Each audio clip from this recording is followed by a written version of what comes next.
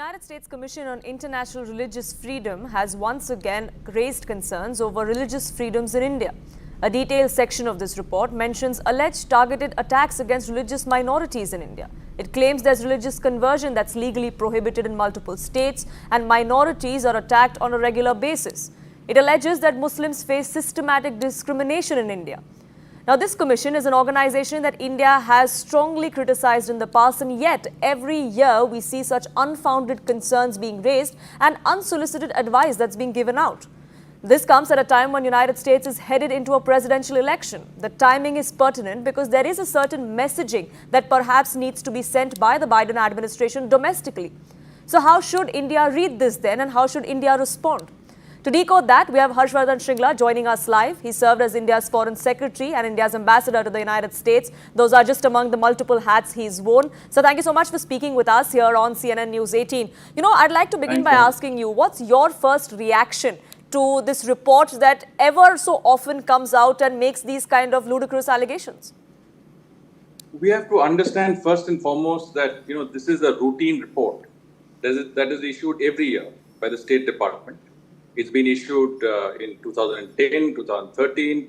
It's issued now. It's a voluminous report that covers 199 countries across the globe. We are one of those countries. And 69 pages have been devoted to India. And my own sense of the reading of that report is that it has raised issues without having a basic understanding of what India represents.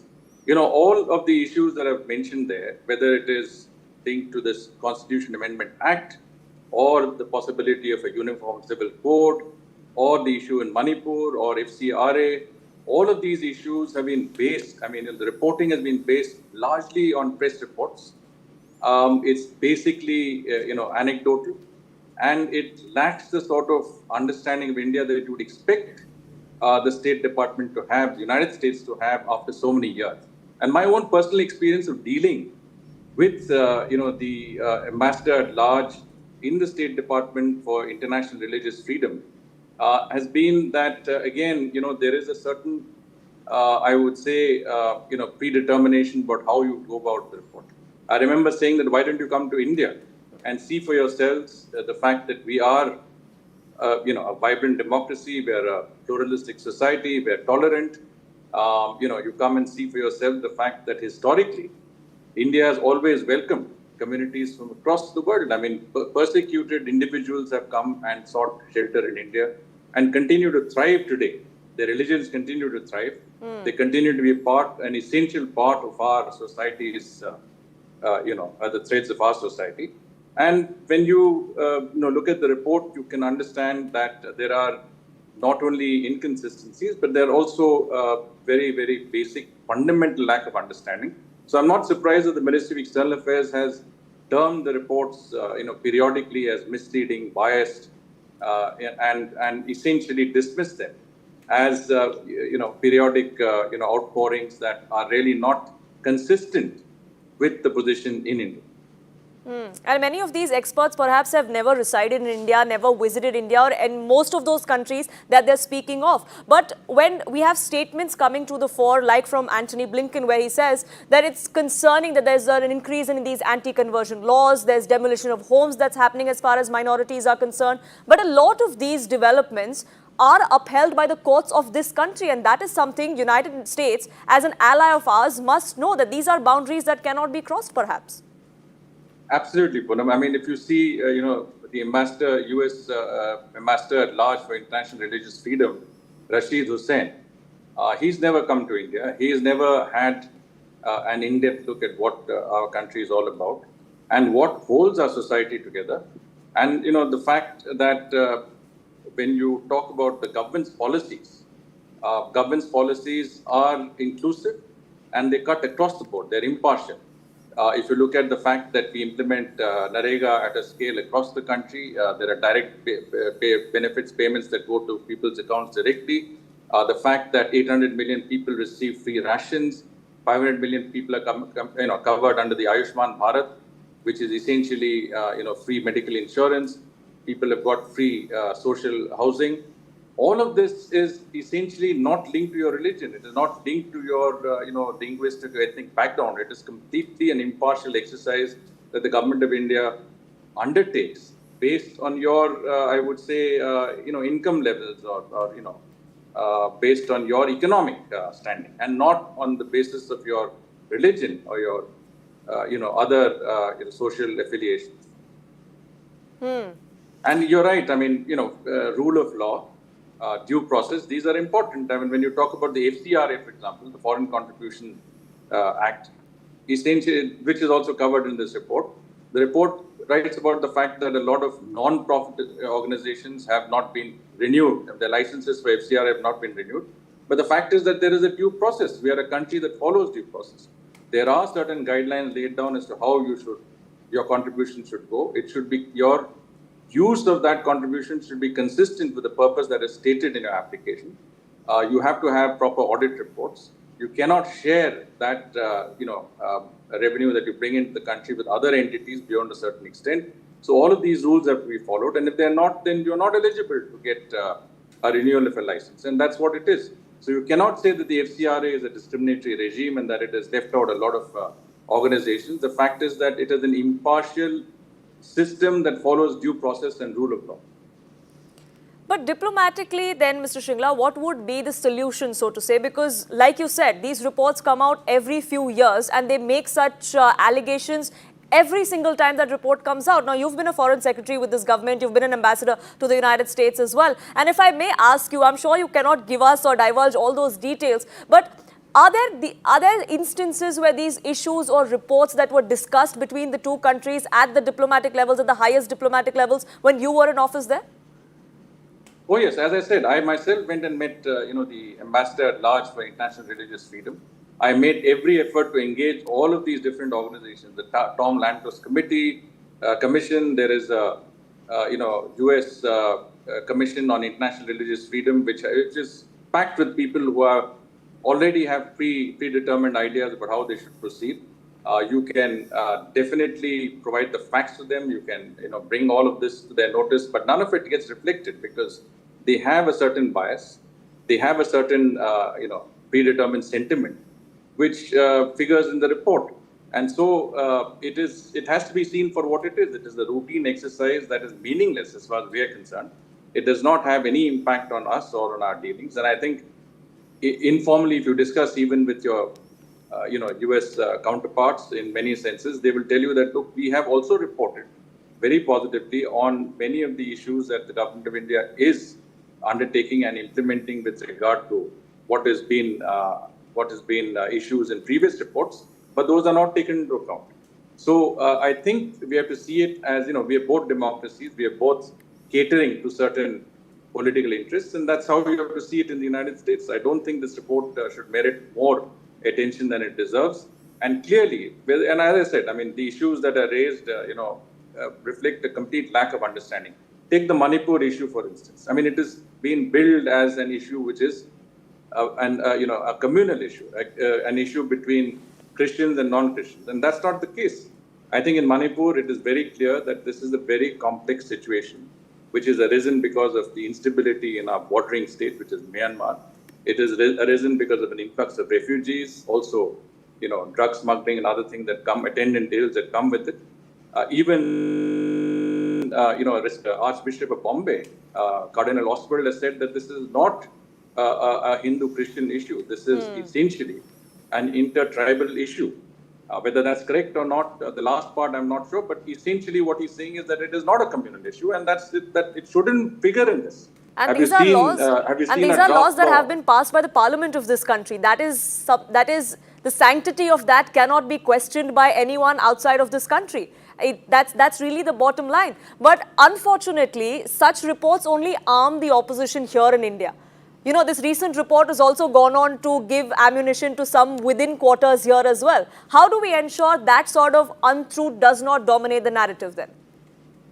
See, unfortunately, I think, some of our political parties are playing to the gallery, are taking issues that are relevant, domestic issues that should be debated within the country and taking them outside our country for, consideration of others. I think that mentality, which reflects a colonial mindset, should go.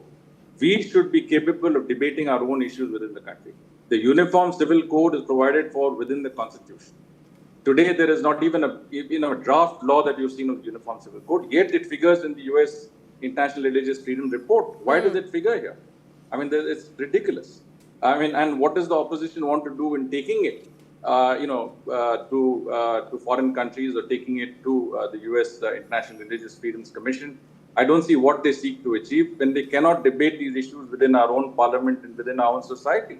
Let us have a debate on these issues and let us look at each issue, and I will tell you what is wrong in your fundamental argument. I think we are following the right procedures, following the right steps. We are doing what is correct in a country that has millennia of pluralistic society and tolerance. I mean, after all, you've had a Jewish community that have been living here in peace and harmony before the birth of Christ, which predates Christ. You've had, Zoroastrians who come across from Persia, from Iran, and have sought sanctuary, and today is a thriving community in India. You've got religions like Jainism, Buddhism, and Sikhism, which have been born and brought up, which are basically have originated within India. So how is it that we are not following, religious freedoms? I mean, people have the right to freedom of expression and worship. That is part of the Constitution, and that is being followed. Anything else which is there has to be within the ambit of the law, and the rule of law is prescribed. I mean, take an example of this report. It talks about a place, called Choripura in Madhya Pradesh. They said that 3 Hindus had set alight a church, and they were arrested by the police. So, they were arrested by the police because they committed a misdemeanor, and so the rule of law took its course. And that is, I think, something that should be seen in a positive direction. But instead, it figures in this report as a negative aspect. And the United States is not one to preach. As far as religious minorities or religious freedom is concerned, racial freedoms being curtailed is something that we hear ever so often, even now from the United States. But like the opposition or some within the opposition in India might be playing to the gallery, perhaps organizations like this are also playing to the gallery because they may have some domestic compulsions, especially since we are in an election year in the United States. In fact, today was the first presidential debate that was hosted by CNN. So I want to talk to you about that as well. It was a lot of people post that debate believed that Trump had the upper hand. How do you read that? How do you read that going into elections, what this could mean both for the United States and for us as well? We've just about finished our elections, and the heat seems to be on in the US presidential elections. And you're right, today's debate was an interesting one. And from all the various polls that I have seen, I think Trump has come out on top in this debate. He's come out as more coherent, more cogent, someone who's put his argument across more forcefully. I think in substance, both, President Biden and President Trump made some very good points. But the fact of the matter is that everybody wanted to know whether President Biden, given his age, would be one who would be, would use the opportunity of the debate to present, a figure who would be capable of leading the country for the next 4 years, and that his, mental faculties and his physical abilities would allow him to do so. I think there is a lack of confidence there. And I see in the Democratic camp that there is a lot of consternation.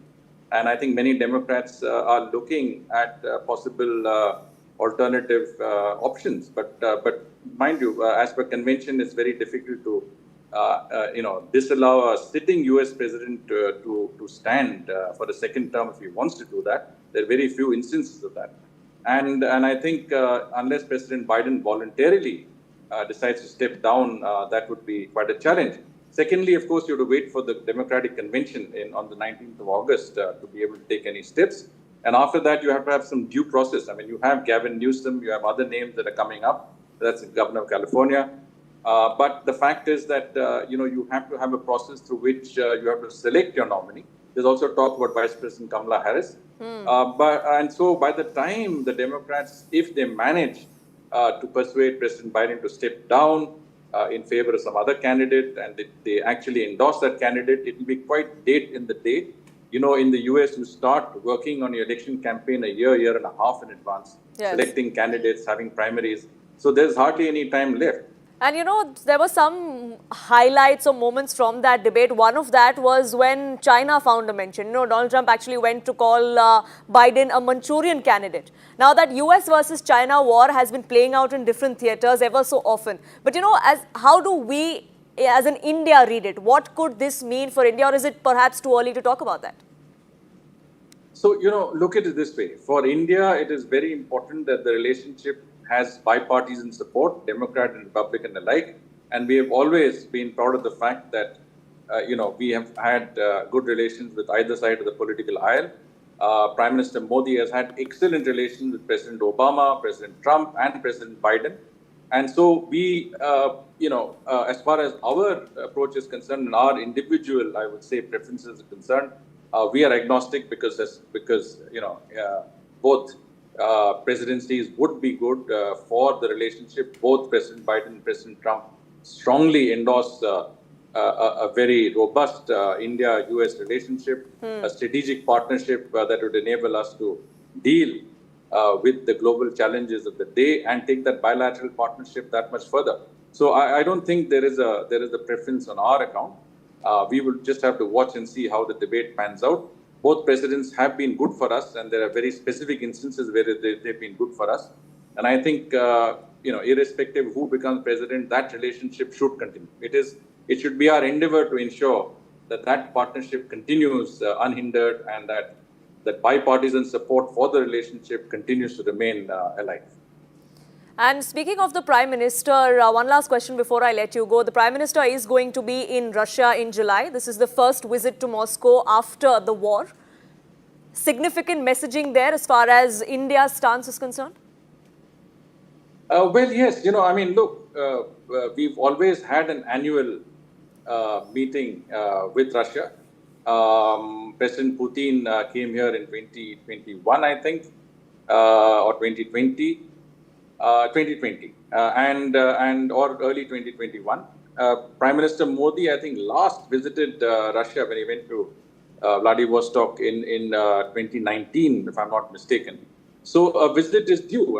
It's supposed to be an annual exchange, and President Putin comes in, Prime Minister Modi goes there. We have a system of annual summits.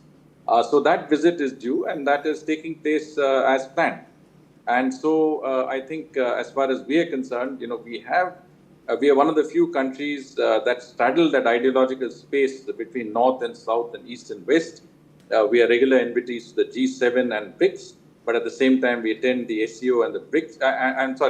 Quad and G7, and we attend SCO and BRICS. And so essentially, we are there. We believe that we have a good traction with all concerned. And Russia, of course, has in many senses been a traditional friend and an important, partner in our energy, sector. And there have been many in the recent past, that have wanted India to pick sides, but India has made very clear that our interests and our allies, all of them, are as important as they are. And that's really what, in keeping in line with that, the Prime Minister is going to be in Russia in July. On that note, I have to let you go, but thank you so much for speaking with us here and sharing your perspective on all of those issues, Mr. Harsh Shringla. Thank you, Poonam.